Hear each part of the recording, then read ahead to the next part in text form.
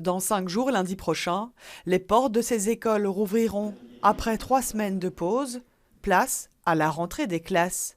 Alors sur les bancs de l'école, on retrouve les maternelles, les primaires et les premières et deuxièmes secondaires. En fait, ce sont les mêmes règles d'application qu'avant les vacances de Pâques.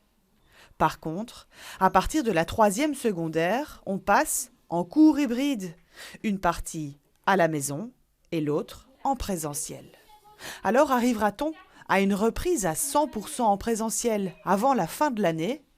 La date du 3 mai est l'ultime possibilité pour les syndicats.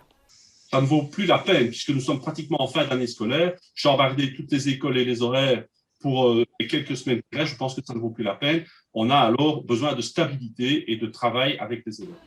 De stabilité et de tranquillité.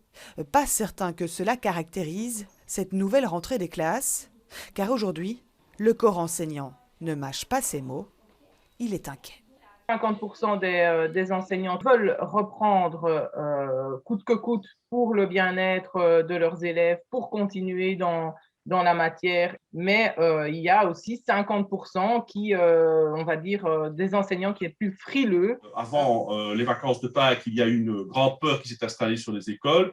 On a dit qu'elles étaient contaminantes, ce qui n'avait jamais été dit avant. Et donc, évidemment, le personnel enseignant a peur, et c'est logique. Les syndicats rappellent que le testing et la vaccination sont les seuls 2 outils pour apporter un peu d'apaisement aux équipes sur le terrain.